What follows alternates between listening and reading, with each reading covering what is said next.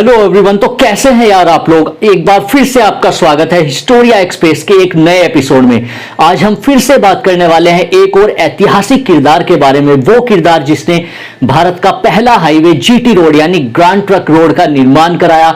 वो किरदार जो भारत की अर्थव्यवस्था को एक नई ऊंचाई पर लेकर गया, और वो किरदार जिसने भारत की डाक व्यवस्था को सुचारू रूप से संचालित करना प्रारंभ किया।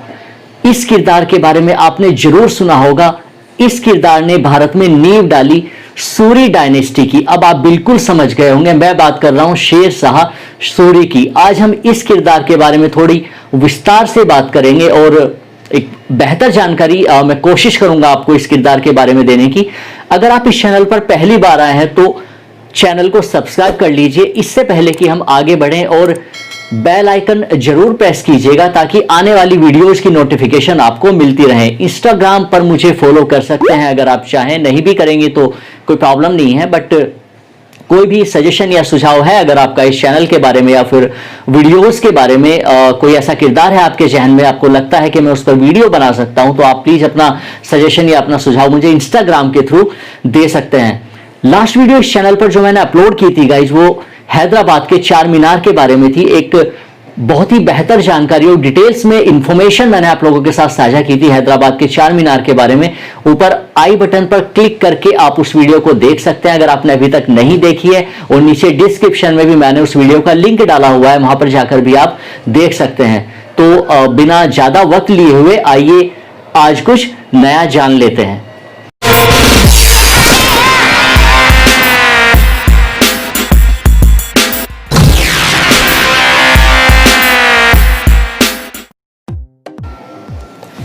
शेर शाह का जन्म 1486 में पंजाब के होशियारपुर शहर में बजवाड़ा नामक स्थान पर हुआ था। उनका बचपन का और असली नाम फरीद खान था।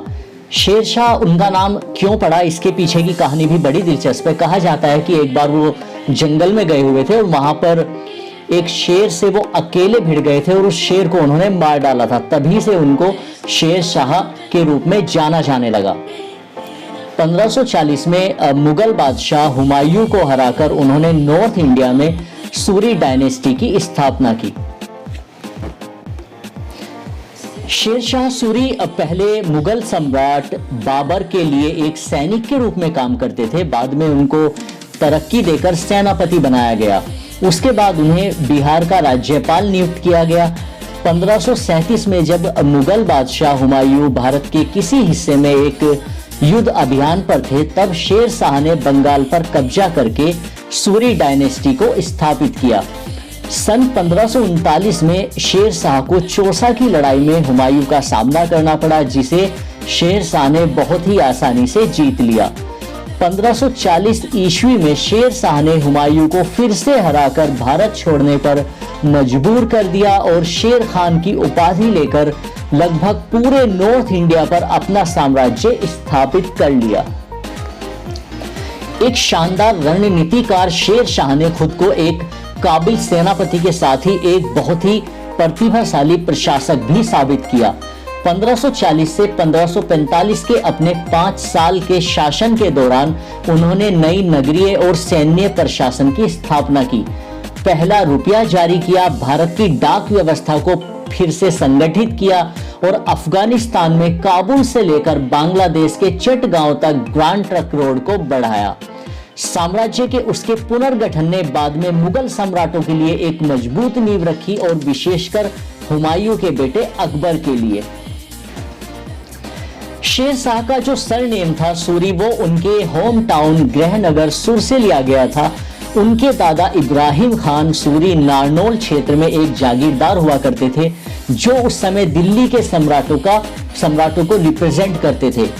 शेर शाह सूरी के पिता पंजाब में एक अफगान रईस जमाल खान की सेवा में थे। शेर शाह को बचपन के दिनों में ये कहा जाता है कि उनकी सौतेली मां बहुत परेशान करती थी, इसलिए उन्होंने घर छोड़कर जौनपुर में पढ़ाई की। अपनी पढ़ाई पूरी कर शेर शाह 1522 में जमाल खान की सेवा में चले गए, जहां पर उनके पिताजी सेवा किया करते थे। पर उनकी सौतेली मां को ये बिल्कुल भी पसंद नहीं आया, इसलिए उन्होंने जमाल खान की सेवा छोड़ दी और बिहार में एक बहार खान, जिन्होंने अपने आप को वहां का सम्राट घोषित किया हुआ था, उनके दरबार में चले गए। अपने पिता की मौत होने के बाद शेर शाह ने अपने पैर तक, यानी जो उनकी पुश्तैनी संपत्ति थी, उस पर कब्जा कर लिया और बाद में इसी संपत्ति के लिए शेर खान और उनके सौतेले भाई सुलेमान के बीच काफी लड़ाई झगड़े भी हुए। बहार खान के दरबार में वो जल्दी ही उनके असिस्टेंट नियुक्त हो गए और बहार खान के नाबालिग बेटे का शिक्षक उनको बना दिया गया, गुरु उनको बना दिया गया। लेकिन कुछ ही सालों में शेर शाह ने बहार खान का समर्थन खो दिया, इसलिए वो 1527-28 में बाबर के सेना में शामिल हो गए। फिर से एक बार बहार खान की मौत पर शेर शाह नाबालिग राजकुमार के संरक्षक घोषित कर दिए गए और बिहार के राज्यपाल के रूप में कार्य करने लगे। बिहार का राज्यपाल बनने के बाद उन्होंने प्रशासन का पुनर्गठन शुरू किया और अपने आप को बिहार का मान्यता प्राप्त शासक घोषित कर दिया।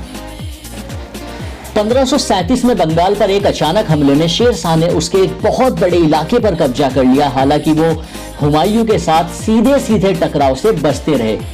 शेर शाह सूरी जनता की भलाई के बारे में सोचने वाला एक बहुत ही लोकप्रिय और न्यायप्रिय शासक था, जिसने अपने शासनकाल में जनता के हित में भलाई के बहुत सारे काम किए। शेर शाह सूरी ने पहले के रुपये की शुरुआत भारत में की और वो अकेले ऐसे सम्राट थे जिन्होंने रुपये की शुरुआत की।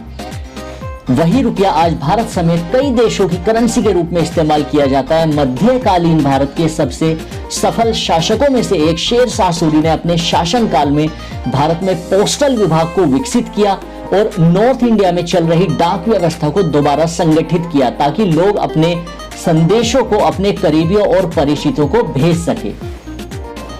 शेर शाह सूरी एक दूरदर्शी और कुशल प्रशासक थे, जो कि विकास के कामों को करना अपना कर्तव्य समझते थे। यही वजह है कि शेर शाह सूरी ने अपने शासनकाल में एक बहुत ही बड़े ग्रैंड ट्रक रोड का निर्माण करवाकर यातायात की सुगम व्यवस्था की, जिसे जीटी रोड के नाम से जाना जाता है। आपको बता दें कि सूरी दक्षिण भारत को उत्तर के राज्यों से जोड़ना चाहते थे, ताकि इसीलिए उन्होंने इस विशाल रोड का निर्माण भी कराया। ग्रैंड ट्रक रोड एक बहुत पुरानी रोड है। प्राचीन काल में इसे उत्तापथ कहा जाता था। यह गंगा के किनारे बसे नगरों को पंजाब से जोड़ते हुए खैबर दर्रा पार करती हुई अफगानिस्तान के सेंटर तक जाती थी। मौर्य काल में बौद्ध धर्म का प्रसार इसी रोड के माध्यम से गंधार तक हुआ। यूं तो यह रास्ता सदियों से इस्तेमाल होता रहा, लेकिन 16वीं शताब्दी में दिल्ली के सुल्तान शेर शाह सूरी ने इसे पक्का करवाया और दूरी मापने के लिए जगह जगह पत्थर लगवाए, छायादार पेड़ लगवाए, राहगीरों के लिए सराय बनवाई, चुंगी की व्यवस्था की। ग्रैंड ट्रक रोड कोलकाता से पेशावर तक लंबी है। सूरी द्वारा बनवाई गई यह विशाल रोड बांग्लादेश से होती हुई दिल्ली और वहां से काबुल तक होकर जाती थी। वहीं इस रोड का सफर आरामदायक बनाने के लिए सूरी ने कई जगहों पर कुएं, मस्जिद और आराम स्थलों का निर्माण भी करवाया। इसके अलावा शेर शाह सूरी ने यातायात को सुगम बनाने के लिए कई और नए रोड, जैसे कि आगरा से जोधपुर, लाहौर से मुल्तान और आगरा से बुरहानपुर तक समेत नई सड़कों का निर्माण भी करवाया। इतिहासकारों के मुताबिक सूरी वंश के संस्थापक शेर शाह सूरी ने अपने साम्राज्य का विकास करने और सभी व्यवस्था सुचारू रूप से करने के लिए अपने साम्राज्य को 47 अलग अलग हिस्सों में बांट दिया था, जिसे शेर शाह सूरी ने सरकार नाम दिया था। यह 47 सरकारें छोटे छोटे जिलों में तब्दील कर दी गई, जिसे परगना कहा गया। हर सरकार के दो अलग अलग रिप्रेजेंटेटिव, एक सेना अध्यक्ष और दूसरा कानून का रक्षक होता था, जो सरकार से जुड़े सभी विकास कामों के लिए जिम्मेदार होते थे। अभी तक शेर शाह अपने आप को मुगल सम्राटों का रिप्रेजेंटेटिव ही बताता था, पर उसकी चाहत अब अपना साम्राज्य स्थापित करने की थी। शेर शाह की बढ़ती हुई ताकत को देख आखिरकार मुगल और अफगान सेनाओं की जून 1539 में बक्सर के मैदानों पर भिड़ंत हुई। मुगल सेनाओं को भारी हार का सामना करना पड़ा। इस जीत ने शेर शाह का साम्राज्य पूर्व में असम की पहाड़ियों से लेकर पश्चिम में कन्नौज तक बढ़ा दिया। अब अपने साम्राज्य को वैध बनाने के लिए उन्होंने अपने नाम के सिक्कों को चलाने का आदेश दिया, और यह एक तरह से मुगल बादशाह हुमायूं को खुली चुनौती थी। अगले साल हुमायूं ने खोए हुए क्षेत्रों पर कब्जा वापस पाने के लिए शेर शाह की सेना पर फिर से हमला किया। इस बार कन्नौज पर हतोत्साहित और बुरी तरह से प्रशिक्षित हुमायूं की सेना 17 मई 1540 में शेर शाह की सेना से हार गई। इस हार ने बाबर द्वारा बनाए गए मुगल साम्राज्य को लगभग समाप्त कर दिया और नॉर्थ इंडिया पर सूरी डायनेस्टी की शुरुआत हुई, जो कि भारत में दूसरा पठान साम्राज्य था लोधी डायनेस्टी के बाद।